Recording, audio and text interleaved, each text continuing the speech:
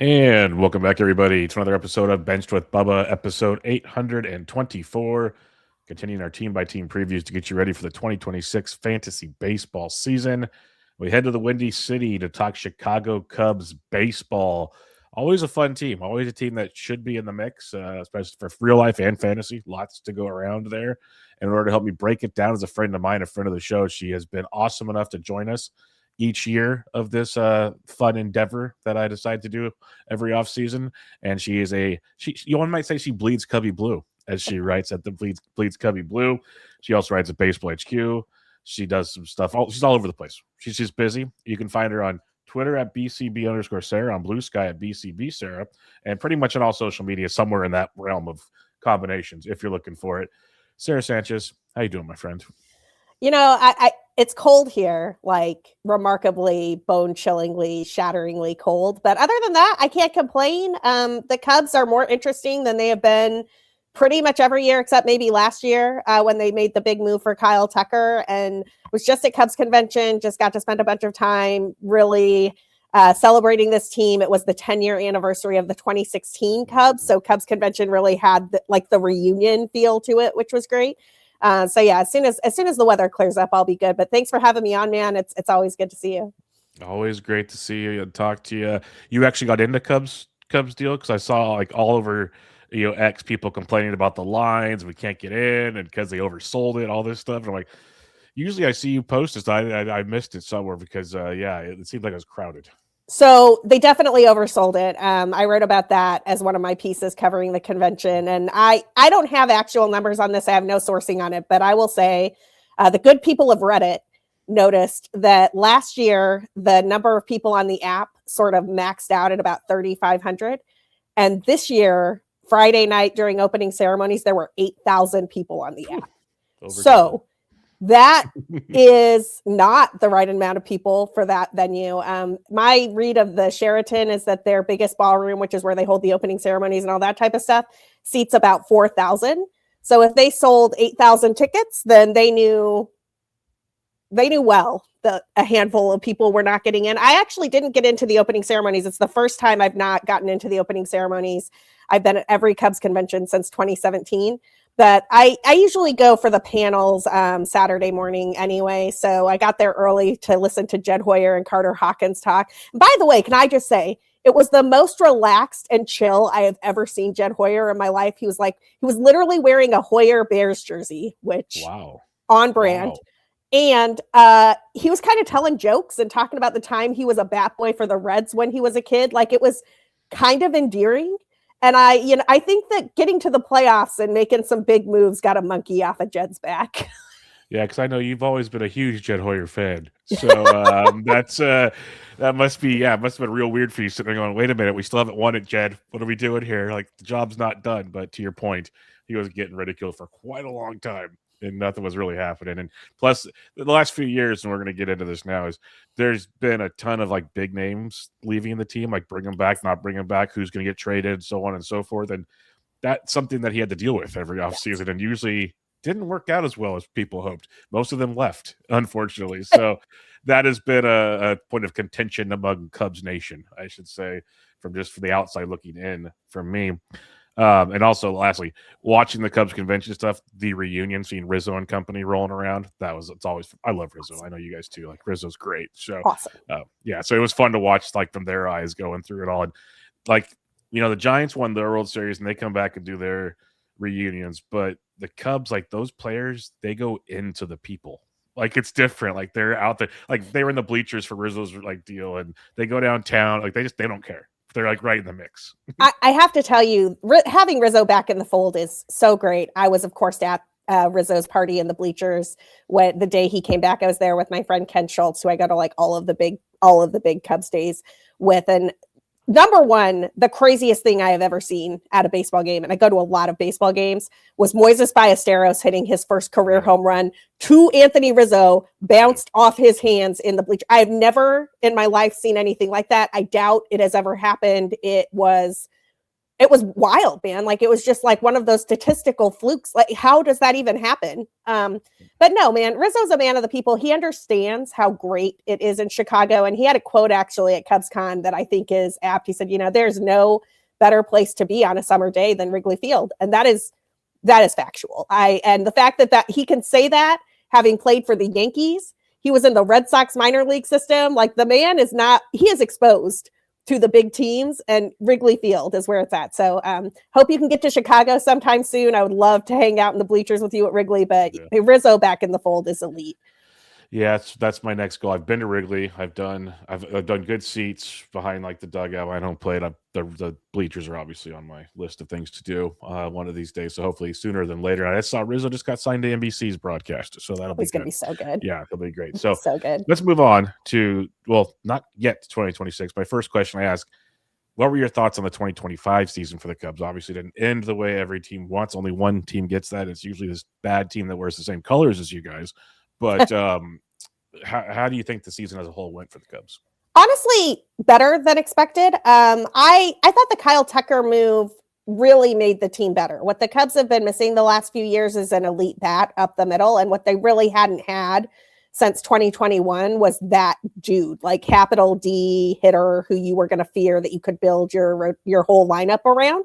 Kyle Tucker gave them that. It pushed Seiya Suzuki down a little bit, gave him a chance to just DH and not worry. Right field at Wrigley Field is a really tricky place to play. The wind is terrible and you're running into a brick wall. The corners there are kind of weird and can get blind. And Seiya's had some moments that hadn't looked great out there. So him being able to not have to worry about that as much, you let Kyle Tucker play right field. He sort of solidifies that lineup. And what people forget, because Kyle Tucker did get injured long about June last season, fell off a cliff a little bit.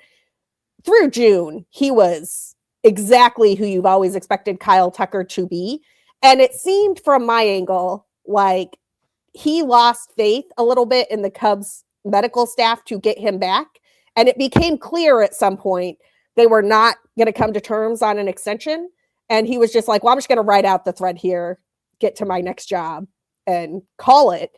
And so, there was a lot of chatter at Cubs convention as to, oh, well, Kyle Tucker's not that great, whatever. Those people are wrong. Kyle Tucker is still an elite bat and you should be drafting him. Honestly, I think he's a deal right now where he goes and drafts. But I hear people on the, he didn't have that like edge to him. He didn't have that like what you knew Wilson Contreras always wanted to win. You knew Anthony Rizzo always wanted to win. Like Anthony Rizzo was out there playing on a sprained ankle down the stretch in 2019 when they were fighting for a playoff spot. You did not get the impression Kyle Tucker was going to go out there on a sprained ankle to like carry the team on his back, is what I'll say. Yep. No, I'm glad you said that because I've been a Kyle Tucker stan for a long time. So I've always defended the flag when people say this, that, and the other because he's hurt or this, whatever. The dude's great when he's out there, and some of them are pretty fluky injuries, so we'll just let that one ride and see where it goes. Let's get into 2026 now, where, again, this team is still pretty darn good. So it'll be interesting to see how real life and fantasy both have their impacts for us here. Let's just go down the bats. We'll start with Michael Busch, who coming off a monster season, 34 home runs, 261 average. This time last year, Sarah, we were worried that he might platoon with Justin Turner. That didn't last very long. That was a quick dismissal. And right now, Michael Busch, he's earned it, but his ADP is up to around 114-ish, give or take. So how are you feeling about Michael Busch? Last year, he was cheap. Now you have to pay for it, and it's coming off a monster season. I actually think it's still pretty cheap for 34 home runs and a guy who hits for decent average and an excellent lineup. Michael Busch is one of my favorite targets at first base. But I will say the platoon risk with him is kind of real. And when the Cubs signed Tyler Austin out of NPB, I'm like, they say, and the statement at Cubs convention was, Michael Busch is going to get a chance to start against tough lefties. I will believe it when I see it because he has a WRC plus of 151 against righties last season. It was 81 against lefties. That is a 70 percentile split on the damage that he does by platoon handedness. And I don't know why you're signing Tyler Austin at all if he's not going to take some of those at bats from Michael Busch at some point in time. I hope I'm proven wrong because I think Michael Busch should be playing every single day. I'm not sure how he's ever going to get better at hitting tough lefties if he doesn't get a shot. But like I said, the words out of Craig Counsell's mouth were that Michael Busch is going to play every day. I will believe that when I see him not pull Michael Bush with a lefty reliever on the hill in the 7th, which I have seen. I've seen this movie for 2 years now. Yeah, man, you would definitely, you have seen it. That is very true. So, yeah, part of me wants to be like, okay, just leave him out there. But the Austin signing is bizarre, like insanely bizarre to your point. Like, what? There's nowhere else for him on this team. So, why would you bring him in except to potentially platoon with Michael Bush? You're 100%, you're on the button there. I'm just like, it stinks because the guy proved he can play every day last season.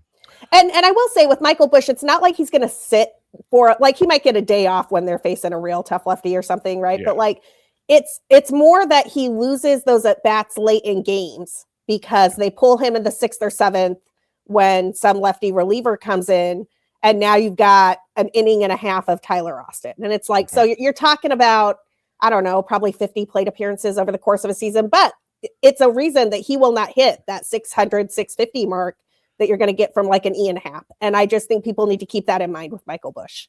That's a great point. New Chicago Cub, and he's got one of the cutest little kids on the planet, Alex Bregman. Like, I'm sorry, but that was just some great footage there. Whoever the Cubs PR team is, I know it wasn't on purpose, but it worked out beautifully. Bregman, a little bit of an injury last year with the Red Sox, but before he got hurt, was raking it, and he's just one of the most consistent guys year after year. It's 20 to 25 home runs. He hits for an okay average. Like, everything's great with Alex Bregman. Now, people have been concerned potentially with left field and Wrigley. That has been a thing, but you never know. ADP's around 125, 130 for Bregman right now. What are your thoughts on Bregman, your new Chicago Cub? Well, a couple of things. Number one, it's an open question in my mind as to whether Bregman is a big enough bat to sort of fill that Kyle Tucker role. Bregman is a probably better player in the sense that he's a really good third baseman with the bat, but he's not as good of a hitter as Kyle Tucker is. Like, you're not ever looking to see like a 170, 180 WRC plus from Alex Bregman. In fact, I was looking at this for Seiya Suzuki, but Bregman is like right in the same wheelhouse. Since 2022, Alex Bregman has had like a 126 WRC plus.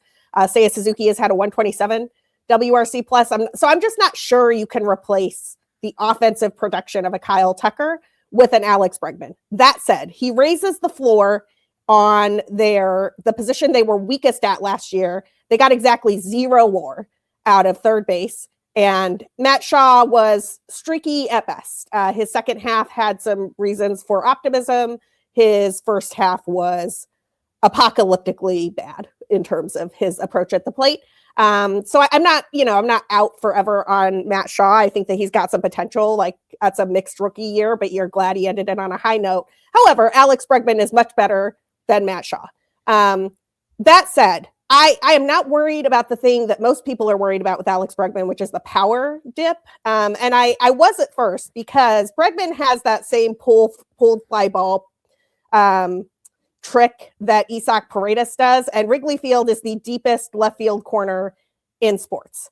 The difference between Bregman and Paredes, though, is that Bregman's hit chart kind of extends across all of left field, whereas Paredes really needs that corner, and Wrigley Field was just devastating for him because of that.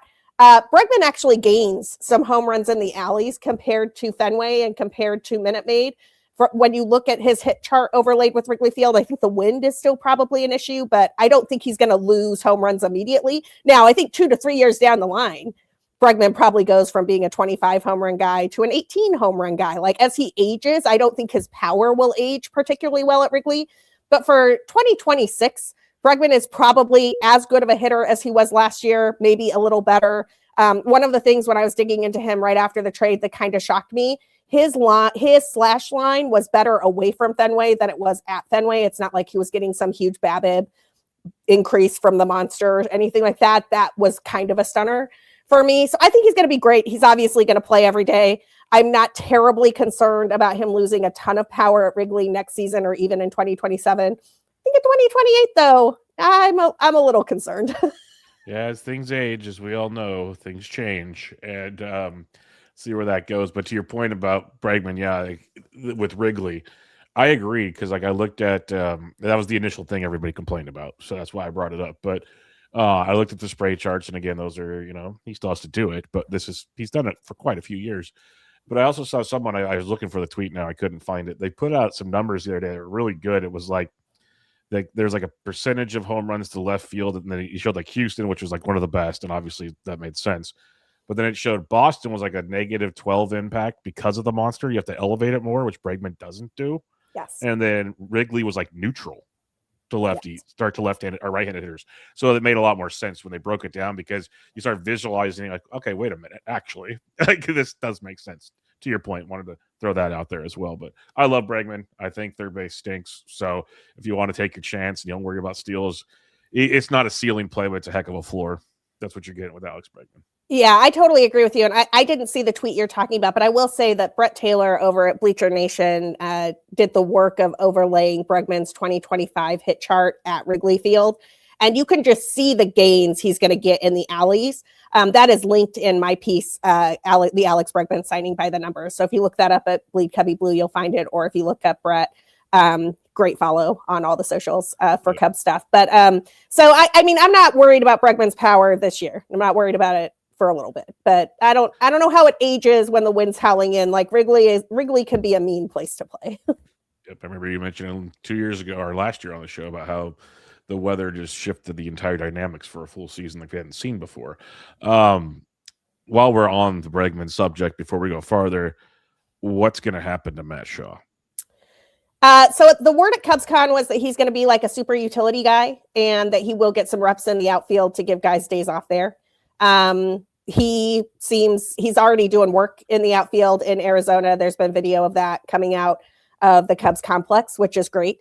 The thing that I worry about a little bit here, though, is playing time, because, Nico Horner was asked about this straight up in one of the reporter scrums at CubsCon of, is it going to be good for you to get a day off so Matt Shaw can play some second? And Nico was like, no, I'm playing every day. And you just kind of look around the Cubs at the diamond. It's like, I don't know, Alex Bregman plays every day. Dansby Swanson plays every day. Nico Horner plays every day. Ian Happ plays every day. Seiya Suzuki plays every day. I'm like, where are these at-bats coming from for Matt Shaw? I am not sure. Yep, I agree. That's why that was the initial thing. Everyone's like, utility, and it doesn't take a rocket scientist. Look at that starting lineup real quick and be like, maybe 1 or 2 games a week, maybe. Like, it's gonna be tough to fill that in to make it worthwhile. It is. Let's go to Ian Happ, who I know you're a big fan of. If you're a Cubs fan, you should be a fan of Ian Happ, because all he has done is just be an awesome Cub.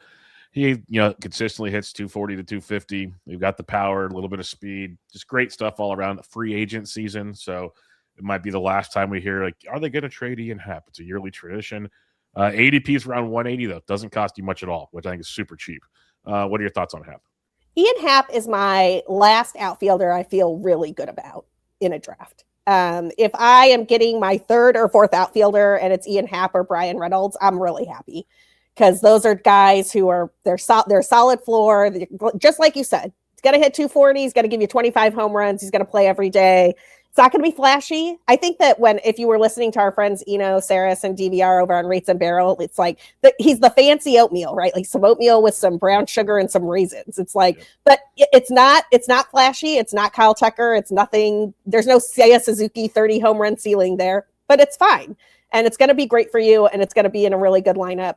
I am curious what the Cubs are going to do with Ian Happ. I think Ian Happ would love to be a Cub forever. He's obviously adored in the left field area at Wrigley. He's one of these guys, he throws up $100 bill a few times a year and buys drinks for everybody in the well. He just knows everybody out there. I just have to tell this story because it was my favorite moment at the ballpark last year. But my oldest childhood friend brought her 9-year-old to Wrigley Field for the first time last year. We went to see the Cubs and the Phillies play in an April game. It was the game the Cubs won. There's a huge rain delay. But part of the reason we went to the well in left field is I know the guys out there. That's where I sit when I go out in the bleachers. And I knew that she would get a ball. Like, I was 100% certain that Frida was leaving that game with a ball for me and happen. She had one by the 4th inning. She was cradling it like it was the most important thing in her universe. It was incredible. She's going to be a Cubs fan for life because of it. And Ian Happ is that dude. And there's a lot of character and quality and team heart there that I don't know if it shows up on the spreadsheets where the Cubs make extension decisions. And I'm very curious what's going to happen with him. Yeah, just from an outsider's perspective, it seems like it doesn't show up on their spreadsheets because they should have extended him by now, is the thing. It's like, that's the sad part, because we live in an era, Sarah, you and I have been baseball fans long enough where most players, at least franchise players, stayed with the teams forever. That doesn't happen anymore. Like, it's very, very rare, unfortunately. And to your point, Rizzo, it should have been a lifelonger. We'll forget that little other pinstripe version of him. And like there's that world where they all should kind of live in it. And you can't have them all, but there's some you should have sticking around for sure. Because look, he's got, you mentioned what he does with the well, which I didn't know about, but he's got that. But he's got the coffee company in Chicago. He's got like the Cubs podcast he does, like all these things. Is it just all going to go away? Like, what are we doing here? He's like, he's embedded himself into it, like we talked about Rizzo at the beginning of the show. So yes, Yeah, totally. And too much sense. The last thing I'll say about that, I know from a front office management perspective, having left field open as a spot you can fill is attractive, right? Like part of why they just traded Owen Casey for Edward Cabrera. Casey's a really interesting hitter. He could totally hit 30 home runs in the majors, and I wouldn't be surprised by it. But they didn't have a spot for Owen Casey. Like, Owen Casey is not a better bet than Ian Happ, and he's not a better bet than Seiya Suzuki, and he can't play center. So they, looking at Casey and Kevin Alcantara, it's like Casey is the expendable one there. It would be interesting for them to have a corner outfield spot open to try to fill with a Teoscar Hernandez or a Kyle, well, I guess not Kyle Schwarber anymore. He's kind of a DH for life, but you know what I mean? Like, there's guys you can put in the corners, and when you don't have those corner spots open, it kind of limits your flexibility in free agency. But I'm not sure any of those guys is going to give you what Ian Happ has given the city of Chicago. And I hate seeing them mess around with that. I agree. All right, let's talk Seiya Suzuki, who I most love. Seiya coming off a 2025 season where we saw he got back to 151 games, is most since coming to the mainland, 32 home runs. No steals, though. He had 5 steals, but that was after 16. We're kind of wondering where he'd be. And then batting average down to 245, which is a big drop from the previous 2 years, but there's some things that kind of suggest why that took place and could be fluky. Seiya's ADP is around 105. I've always been a humongous Seiya Suzuki fan. What are your thoughts on Seiya? I mean, I think this is a bold take, but I'm pretty confident about it. I am pretty sure Seiya Suzuki is the best right-handed hitter to come over from Japan. And we do not talk about him that way, but we should.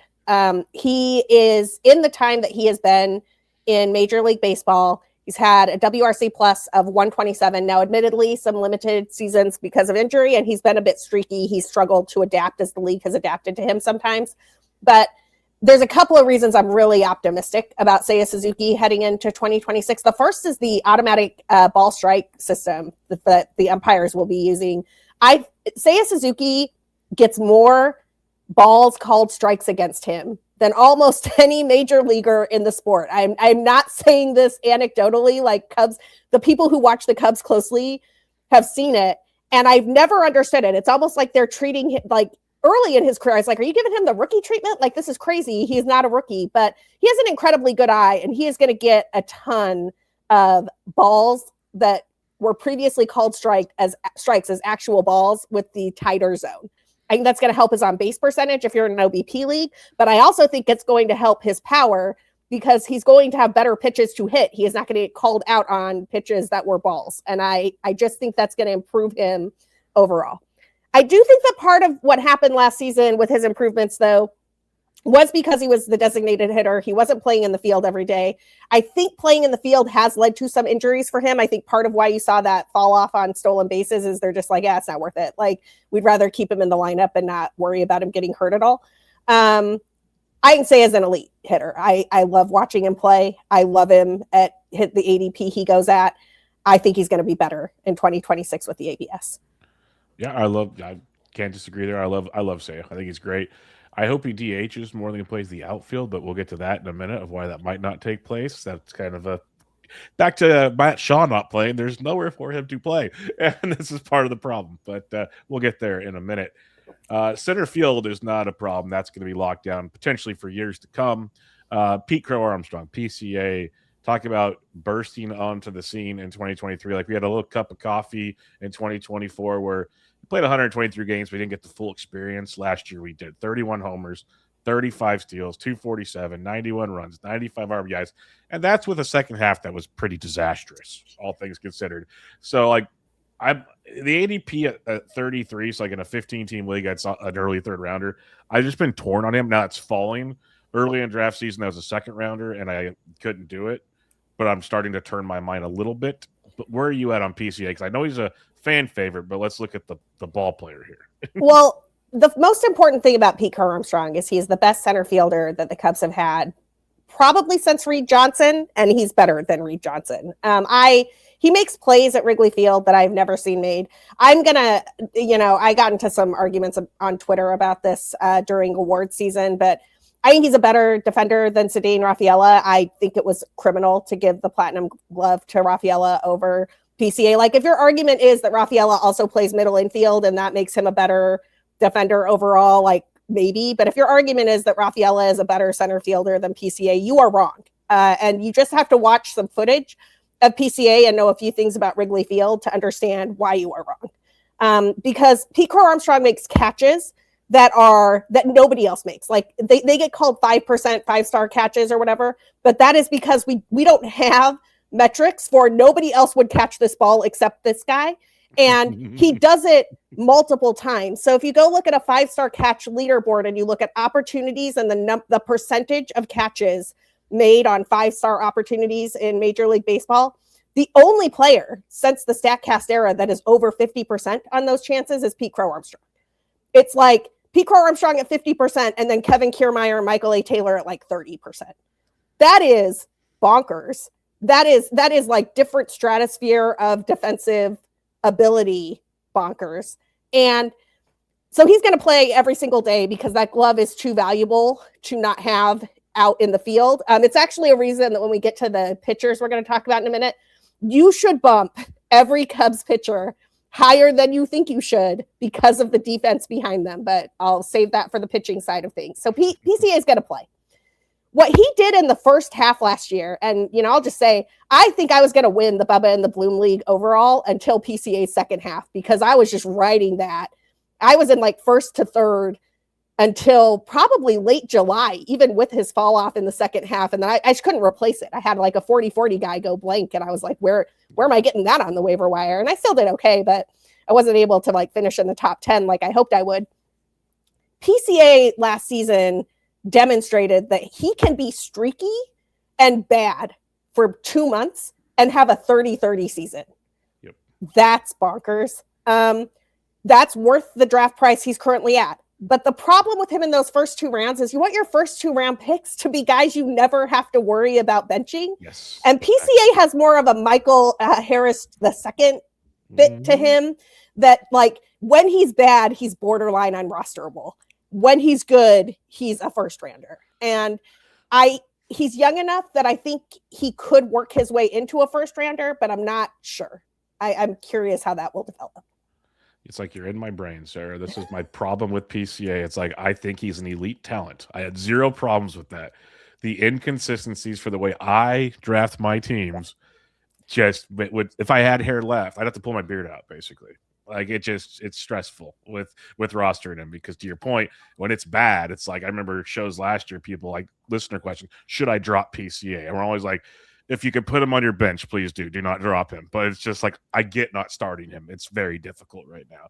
To your Michael, like the Michael Harris comp, that's funny because yes, higher ceiling for PCA, but very similar thought processes of how to deal with him at the same time. All right, let's go to Nico Horner, who I absolutely loved the discount last year because he was injured, so he missed the Japan series, and then he came back just fine and still had a Nico Horner season. 7 home runs, 29 steals, hit 297. Like, I think the steals could probably go up, all things considered, but still an elite second base talent if you have power under control. ADP's around 110. So I'm always a Nico fan for the average and speed, but what are your thoughts on Nico Horner? I think Nico's a steal where he goes in drafts this year, and I want him as my second baseman. The second base is a disaster. It is maybe my least favorite position to draft right now.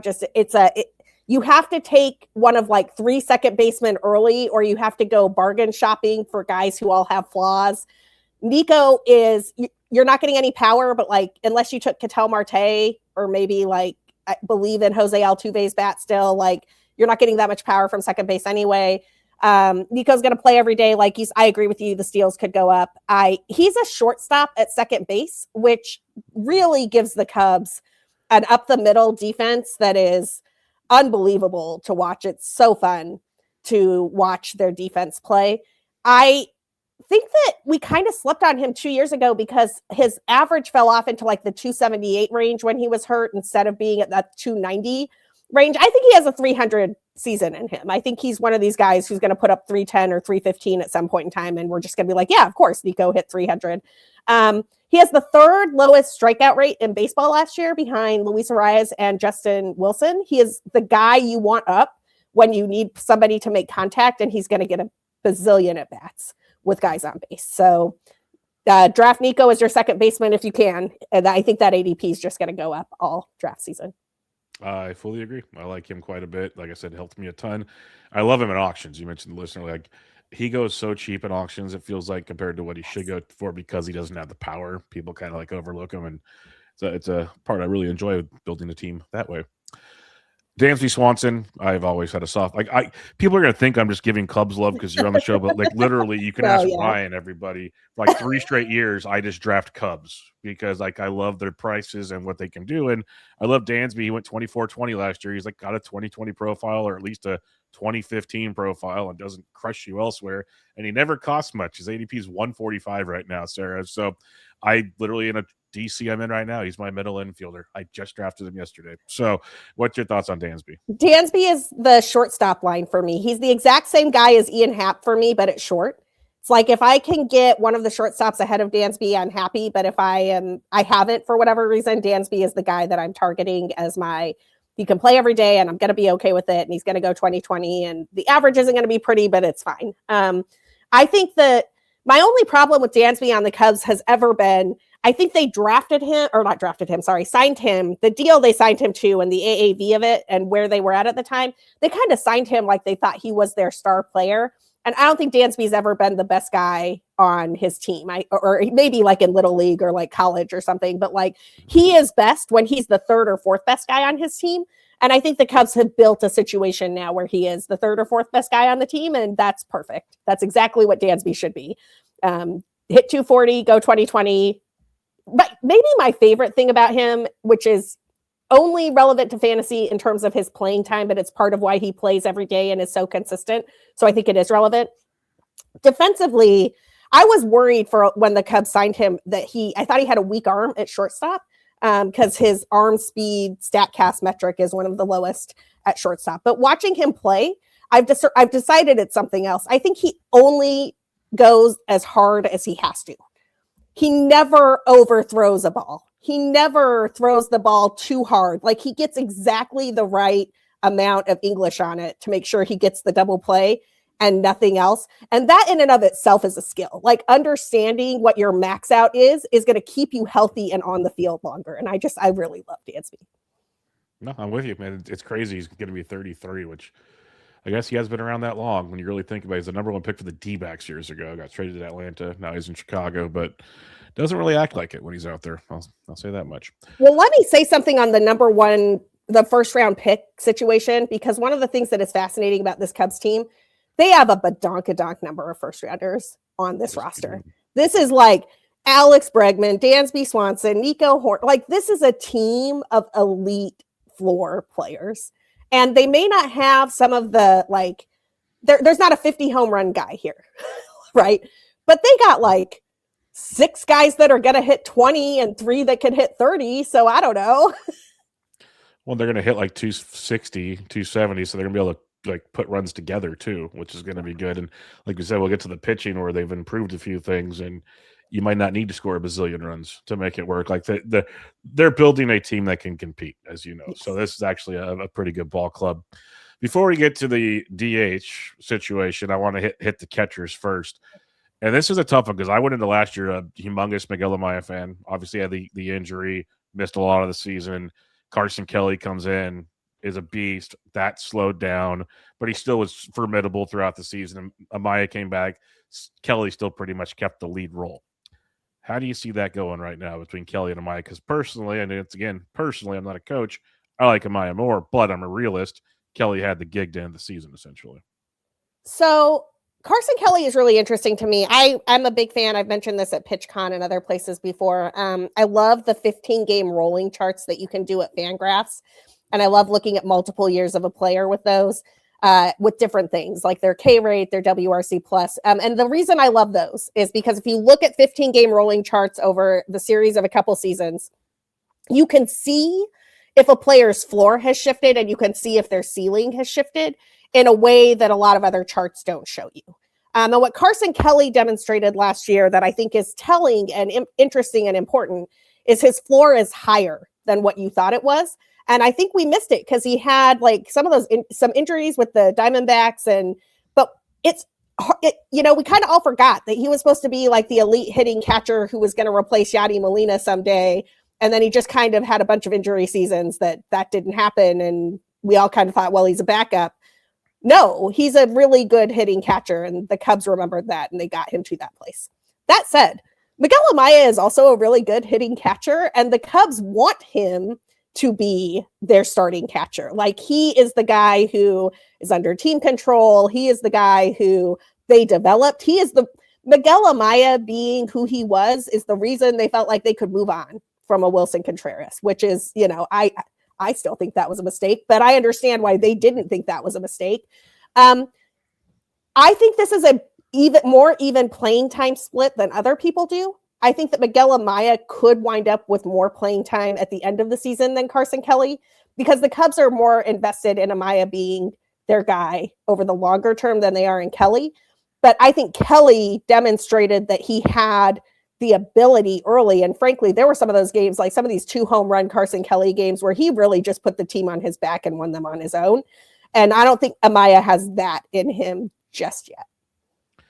That's fair. That's very fair. So, like, when I've been doing my evaluations this offseason, I kind of picture like the Braves. It was like 4 or 5 years ago when they had Travis d'Arnaud, and it might have been Sean Murphy at the time still, or somebody else. And they literally it was almost a split down the middle. Like, they just kind of it was Suzuki and Travis d'Arnaud. That was the two. It was Kurt Suzuki and William Contreras. William Contreras. That was when he was a prince. Now he's a king in Milwaukee. There's a difference. But yes, no, that's that. They kind of just 50-50'd it almost. That feels like what the Cubs might do. Yeah, I think that's right. And I think that it wouldn't surprise me to see either one of those guys wind up on top. I will say I like both of these guys for where they go in drafts. And if I mentioned that Dansby's my shortstop line, like Hap is my outfield line. My catcher line of guys I'm really interested in is probably Alejandro Kirk. And if I have not gotten my second catcher by the Alejandro Kirk line, I am perfectly happy to wait to get Miguel Amaya at the end. And the thing is, with Amaya and or Kelly, God forbid one of them gets hurt again this year, then one of them becomes really, really great for fantasy, because that playing time would be outstanding.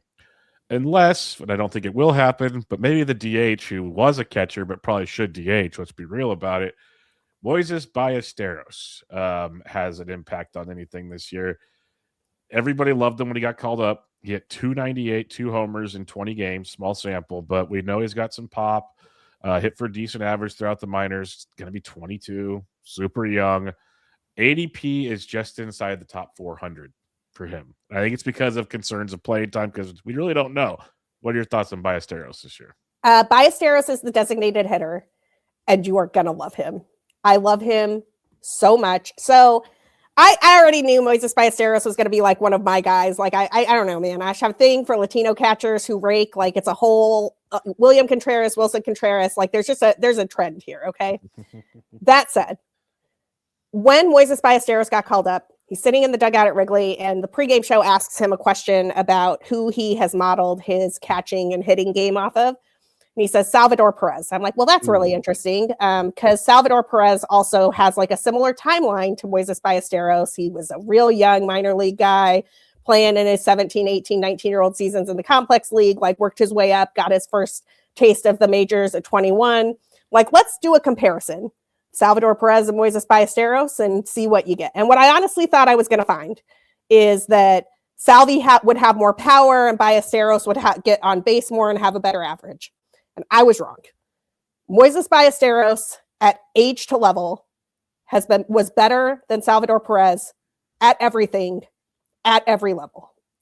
Better average, better on base, better walk rate, better strikeout rate, more power at every level than Salvador Perez. That is crazy.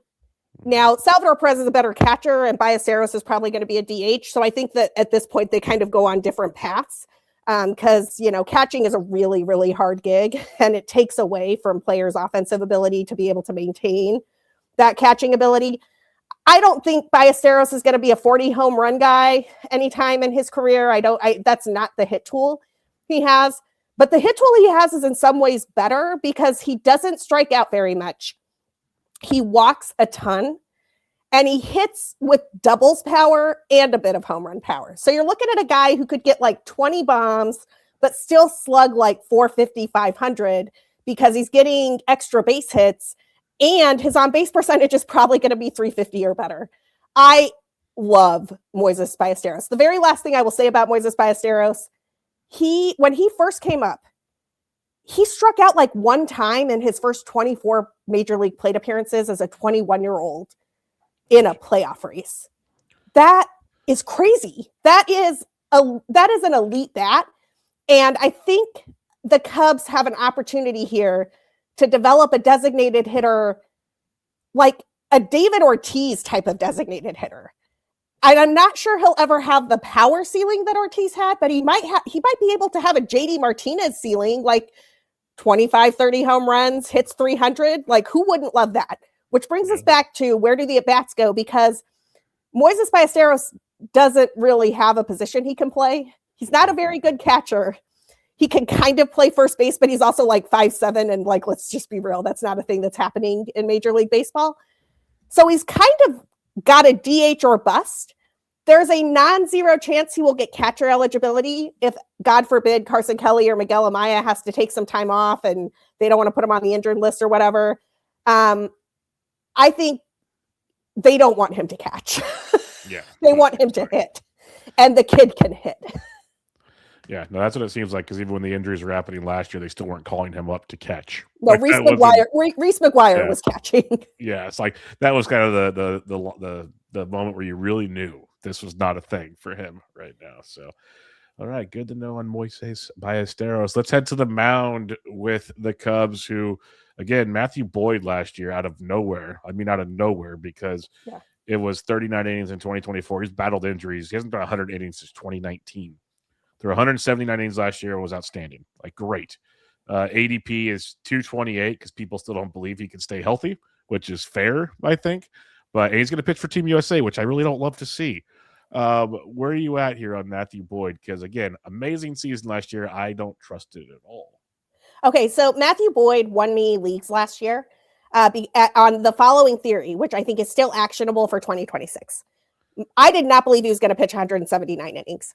I thought he was going to throw 80 innings, and I thought they were going to be really good. And I trusted the Cubs to understand when to pull the plug on Matthew Boyd. And so I figured I'd draft him. I get the 80 really good innings. And then whenever Matthew Boyd turns into an injured pumpkin, I drop him and I pick up somebody else and start streaming that spot. I never had to do that because Matthew Boyd just kept going. Now, I think there's a couple of things going on there. One is Matthew Boyd would not have been Matthew Boyd last season without the Cubs defense behind him. He was getting a ton of run suppression, man. Like, I'm just like, one of the most interesting things about the Chicago Cubs, and this has been true for multiple years, and you can just go back and look at it, almost every pitcher on the Cubs exceeds their FIP with their ERA. Their ERA is better than their FIP because the defense is doing such a good job behind them that they are getting half a run to a full run better results than they should get with the pitches they are throwing. Now, if you're a team looking to trade for Matthew Boyd or to trade for Jamison Tyon, that should be a red flag for you. But if you're a fantasy baseball player who is looking for values at the end of drafts, you should draft those guys because the defense behind them is not changing. Like, the defense behind them is still going to be Nico Horner and Dansby Swanson and Pete Crow Armstrong. That's great. Like, it's going to suppress runs. So I'm still into Matthew Boyd. I'm into him at price. I'm still planning on dropping him when he turns into a pumpkin. But if he doesn't turn into a pumpkin, I'll just keep him on my roster until I have to drop him. That's a very fair approach to go with because most people would be angry, but it makes sense, especially at that price. You're not paying a fortune for him. You mentioned Jamison Tyon. We'll just hop there real quick because he is the epitome of one of my favorite phrases of boring is beautiful, which is what he does.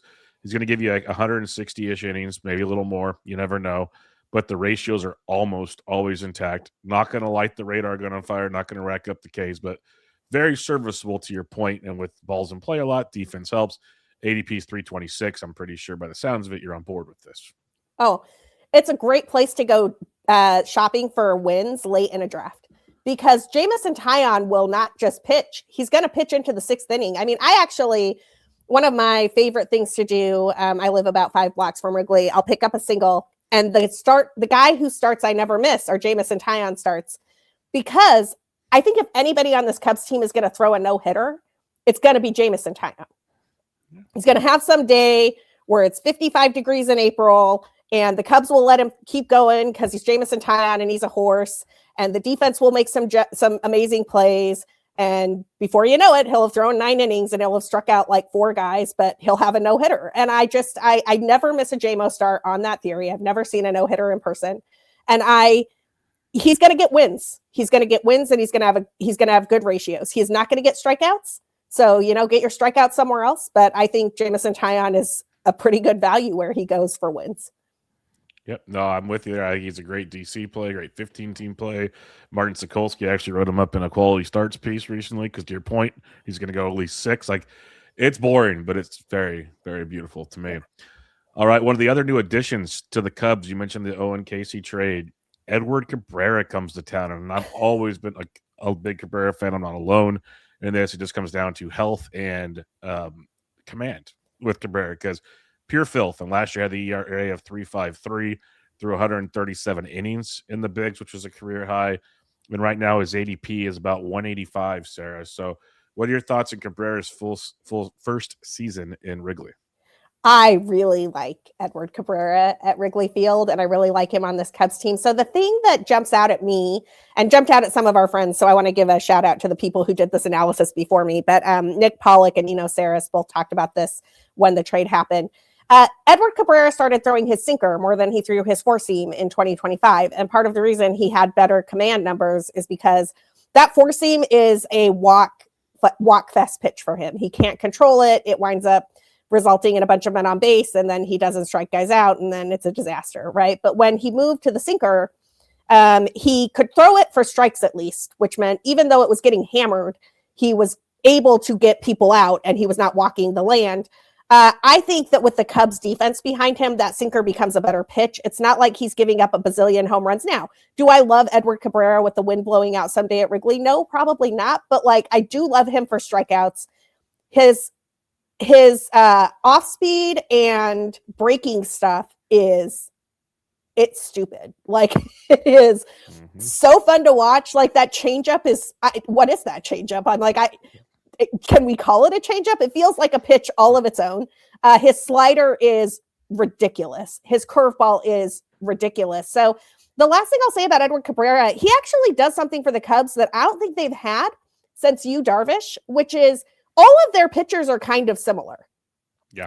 When you add Justin Steele back into this pitch, it's kind of similar, right? It's we throw 90 to 94. We're really good at tunneling. We hit the corners. We induce weak contact. We have an elite defense behind us. We'll strike out some guys, but you're looking at 7K per 9 or 9K per 9, not 11, 12, not elite strikeout numbers.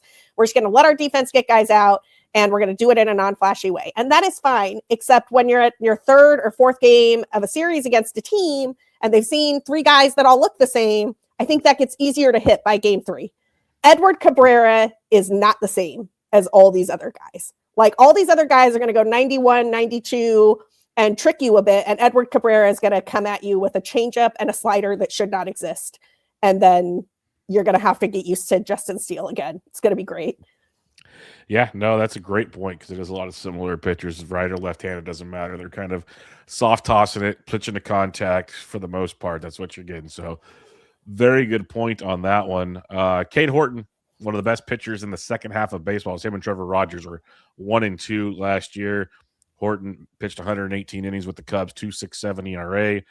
Strikeouts are a little lower than he desire, and the metrics suggested he was kind of lucky, but still very good. And the pitch mix did change. I talked about him at FPAS. There is a lot to like with Horton, but I also understand the concerns with Horton. ADP is around 200 right now. So it's a great price. But what are your thoughts on Cade Horton? I've been drafting Cade Horton all over the place because I think that Cade Horton did not get the respect that he should have out of the second half that he had. So I ran some numbers at the end of the season for the fantasy feud game that we were playing at First Pitch Arizona. And in the second half, according to the Fangraphs auction calculator, Cade Horton was the best starting pitcher in baseball. Now, there are reasons, I agree with you. There are reasons some of that is lucky and some of that is weird. And he was only throwing like 5 innings at a stretch because they were really, really trying to keep his arm healthy through the postseason. He has had some injury concerns. But I think those bumper rails are going to be off next year. I mean, he might have an innings cap if he's, looking at 150 innings in August or something like that. But he's going to get 150, 160 innings. They think he is their second best starter on this team, maybe their first best starter on this team. And they think he's an ace. People were really concerned with the lack of what the Cubs did at the trade deadline last year because they were short a starter. But the reason that they didn't make some of the moves for like a Joe Ryan or a Mackenzie Gore or those types of things is because those teams wanted Cade Horton in the return, and the Cubs view Cade Horton as one of the building blocks of their rotation going forward. And I am really glad they didn't pull the trigger on those deals if Cade Horton had to be part of them. I think where he is let me put this slightly differently. And this is going to be a little bit controversial because I know he is not this way for anybody else. He is my favorite sophomore pitcher coming into next season. So like everybody else is like Cam Schlitter, Trey Savage, and I love those guys too. Jacob Mizorowski is a freak. Like, I don't know how he does what he does. I love him too. Jonah Tong is really interesting. Connolly Early, really interesting. I think Cade Horton is better and more proven than any of them. And I like guys who have done it before. So I think Cade Horton's kind of a steal where he goes, and I've been drafting him quite a bit. No, I get it. He doesn't cost nearly what all those other guys cost. So you got that going for you as well. If he can, I'm just a big strikeout nerd. Like, I need strikeouts, so it's tough, but his price isn't bad at the same time. So I get the appeal on both sides of it. And he's young, so if anybody could improve, I could trust him to improve over some of these other guys we've already talked about in the Cubs rotation. The other guy that I've always had a soft spot for, you have as well, and I've always somehow butcher his last name, even though I've been told a million times. Shota is on the team. I call him, it depends on the day. It's either a Monaga or E-Monaga, or I am all over the board with him. So I apologize already. But Shota is just awesome. And it's a weird dynamic because the Cubs didn't feel like they wanted him back. That he came back because he took the qualifying offer. There's a lot of stuff there. But 144 innings, had a little injury last year. Ratios are still good. He's a whip machine if you ever need one. And his ADP is 175. So a lot of these Cubs going late in the pitching department. Where are we at on Shota this season? Yeah, that's funny about the pronunciation thing. There was a story here early when he first got to Chicago where when he would get his coffee order, he just told them his name was Mike rather than trying to explain to them. And that's so the bobblehead they did for Shota last year has a cup of coffee in his locker and it just says Mike on it. That's amazing. Because he didn't want to mess around with teaching people how to pronounce his name. I think Shota's great. I think that what we saw now, admittedly, Shota down the stretch last year was problematic and maybe everybody's worst nightmare from when he came over from Japan of oh my God, these fly balls are home runs. These fly balls are home runs and he's only got the 3 pitches and it's not really fooling anybody. And that's a problem. I think that some of what was going on there was tipping some of those pitches. I think some of what was going on there was they were working on some mechanical things with him that hadn't really come to fruition yet. I heard through the grapevine that one of the reasons he took the qualifying offer is he wanted to reset his value, but he wanted to do it with a team of people who knew him and he trusted the Cubs pitching staff to do that and to understand how to do that. He didn't want to go start over with somebody else. And I think that what you're going to see from Shota is basically a contract year from a guy who's not new here. He's new in MLB, but he's not new to pitching and he understands the score. His nickname is the throwing philosopher for a reason. He's a super fun guy. I think that Shota's probably going to exceed expectations. I don't know that he's going to come in like he did in 2025, where he looked like Fernando Valenzuela come back from, his first 8 starts at Wrigley were the stuff of legends and they had Showtime on the marquee and it was one of the most fun things I've ever seen. So I don't think you're going to get that, but I don't think you're going to get what you got at the end of the season either. I agree with you. His whip is always going to be great. And I think, he doesn't have to be the second best pitcher on this team. He has to be like the fourth best pitcher on this team. And that's going to give him some freedom to work on some things too. Yeah, for sure. Like I'm hoping he figures it out because that initial shoulder run was epic. Things of welcome to Chicago epic stuff. So love seeing that. Real quick, you mentioned his name a few times. We've seen the videos all over social media. Justin Steele is working his way back. His ADP is 385, 390 right now. So strictly a DC play more than anything, but he seems like he's ahead of schedule. Who knows what that is? What are you at least hearing on Justin Steele's like timeline to maybe bring him back to our fantasy world? Yeah, I mean, I think he's way ahead of schedule. I heard at Cubs convention he's thrown off a mound. That's video of that the other crazy. The word on the street there when he had, and I don't remember the exact terminology, and I'm not going to risk butchering it because it's important. He did not have a traditional Tommy John surgery. It was more of like a revision type of situation. Was it the brace procedure? I don't remember, but it's not going to be as long of a recovery time as what you would traditionally think with Tommy John. And I think that was important to Justin Steele's people getting that out there because he did have Tommy John once before in like 2014, 2015 when he was in the Cubs minor league system. And I think they wanted it to be extremely clear that this was not like he's having a second full Tommy John situation. That is helpful both on the injury recovery side, which you can see the videos yourself. He's ahead of schedule. It was really funny early this offseason when I was drafting. I saw some people basically saying he was behind schedule, that he just wouldn't be back until the second half and stuff. I'm like, I literally just saw him throw exactly on his Twitter. And so there was a period from about November till mid-January where you could get a discount on Justin Steele in a Gladiator format or in a DC that was insane because people thought he was going to be injured until like July or something. And I don't think that's the case. I think he probably joins the team in like May or June.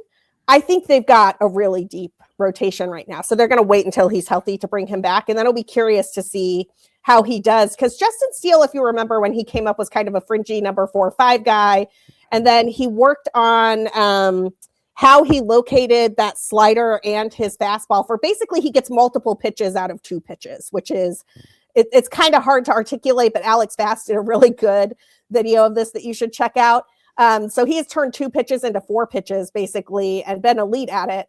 And he's taken some tips from John Lester, who had similar stuff to make that work really well. If he's healthy, I think he steps right back into, ERA exceeds his FIP, 9K per 9, that guy. And I love Justin Steele. So, yeah, look for him long about, I would say, right before Memorial Day.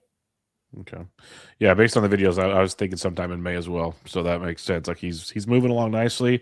I guess time will tell where that fits in. We always say, oh, there's 6 mans, but something happens. So I'll just leave it. I'm not going to wish injuries, but yes, something happens all the time.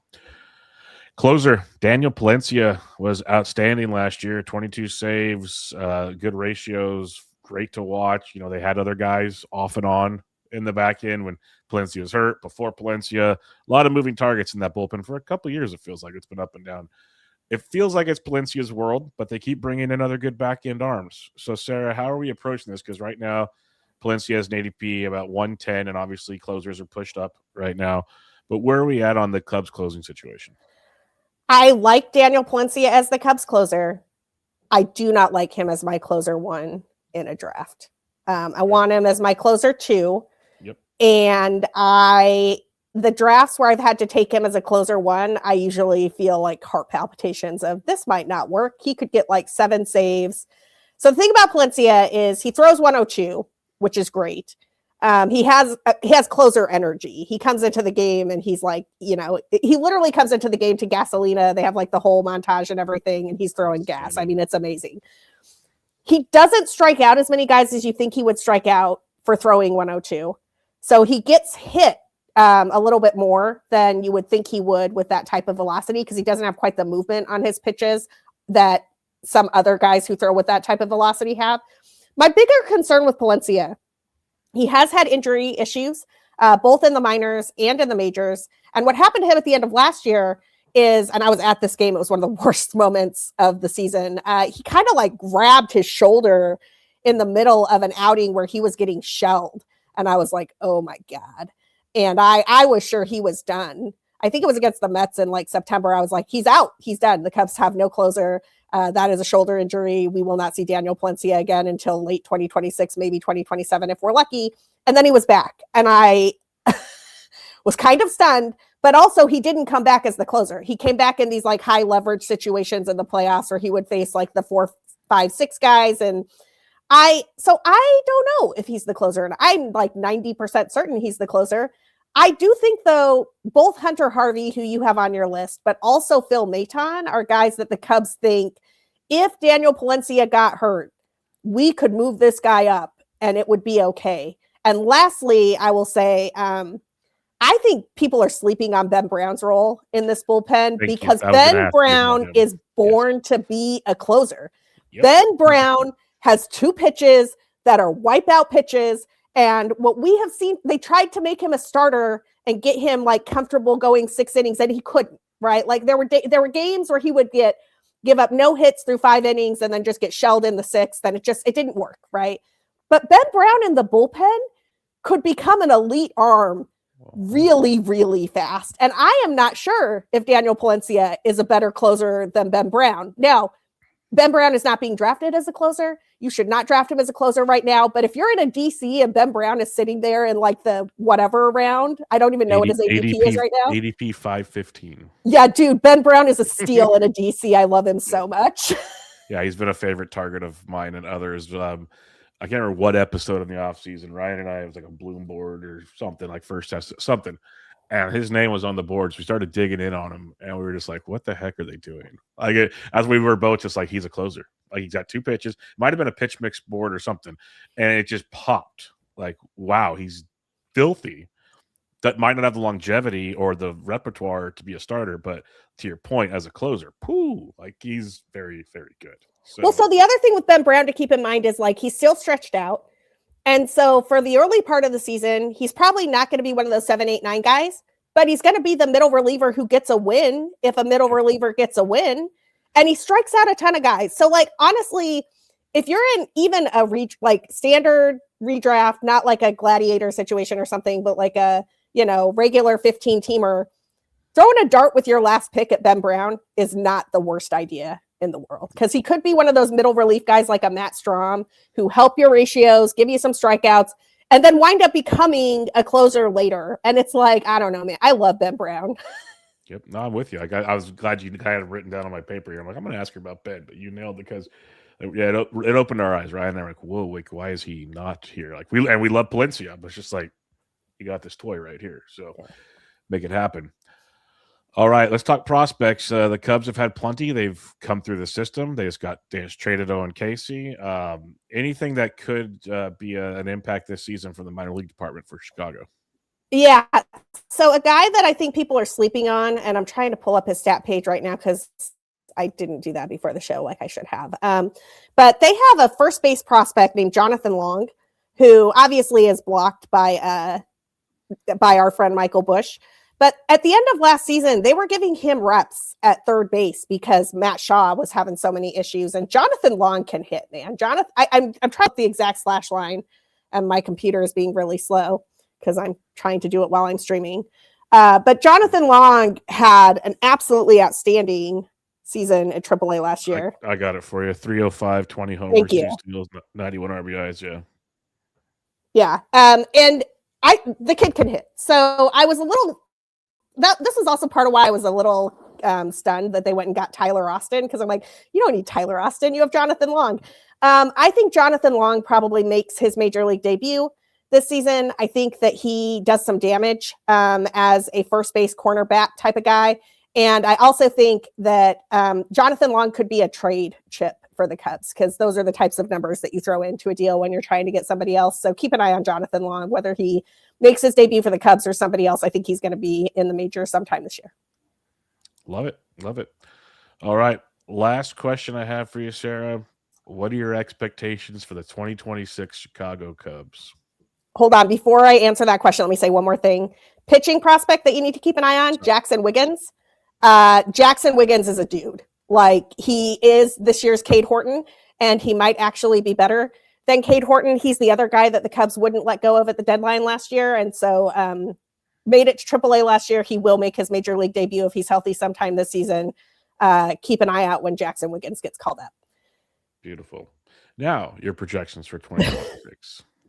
I think this is the best team in the National League Central, and I don't think it's close. I think part of that is because the National League Central is an inherently weak division.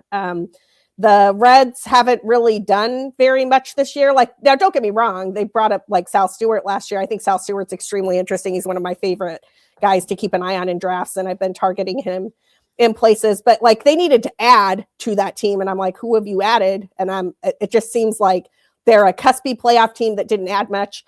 The Cardinals are in full teardown rebuild mode. Godspeed to Wilson Contreras, now on my AL team. Thank you, St. Louis. That was for doing me a personal solid there. But like, the Cardinals are just going to be extremely bad. I was talking in the Glarf DM about the Cardinals. I don't think I've ever seen a rotation on a Major League Baseball team where I'm like, I don't want any of these guys on my fantasy team. Like, I don't want Matthew Liberatore. I don't want Quinn Matthews. I don't really like, who are these guys? Like, Hunter Dobbins might be the most interesting guy who pitches for the Cardinals this year, and they just traded for him from the Red Sox. So I don't know, man. It's a collection of pitchers to stream against. The Pirates are interesting, more interesting than they've been maybe ever. But they're the Pirates, and they still don't really have the bats called up to the majors that I feel like they're a threat to the Cubs, which leaves the Cubs and the Brewers. It leaves the Cubs and the Brewers just like it was last year. It's a yearly tradition. You cannot sleep on the Milwaukee Brewers. They are the Tampa Bay Rays of the NL Central. They're very good at developing guys. And even after they trade guys, they develop new guys. And it's like, where did Jacob Mizorowski come from? I don't know, but he's here and he's ridiculous. I love that when they got Brandon Sproat in the Freddie Peralta trade, I was like, God damn it. I was like, I don't need Brandon Sproat pitching for the Brewers for the next 6 years, right? Like, but here we are. But I think the Cubs are clearly the best team in the Central. I think the defense raises the floor for them. I think the pitching is not your elite SP1 in a fantasy team, but they got a bunch of SP3 to SP4 guys who you want on your fantasy team. I think the bullpen is better than you think it is. And I think the bats are all above average. So, it's kind of like what was that thing they used to do on NPR where it was like Lake Wobegon, where the children are all above average or whatever? The Cubs are that team. That is who the Cubs are. They're the Lake Wobegon Cubs. Beautiful, beautiful. I think they are the favorites of the division. They should be the favorites in the division. And if they can stay healthy, they could challenge the big bad boys in Southern California, I think, because someone has to, please.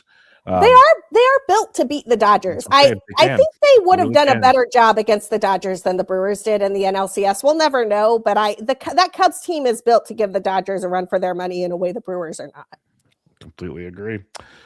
All right, before we sign off, Sarah, always a pleasure. Remind everybody where they can find you, because you're a busy person in Cub land and just baseball land in general. Yeah, you can find my Cubs writing at bleedcubbyblue.com. I'm writing over there a couple of times a week, do some BCB After Dark stuff and most of our statistical analysis. And then over at Baseball HQ, I've got the NL Central Playing Time Tomorrow column. And then I just chat with my friends on podcasts like this. Yes, it's always a blast to chat with you, see you in Arizona whenever we have a chance. So it's always good, my friend. I hope you stay well and stay warm in Chicago. And until next time, we will chat again. Awesome. Thanks. But all right, everybody, this is Benched with Bubba, episode 824, your 2026 Chicago Cubs team preview. Catch you all next time.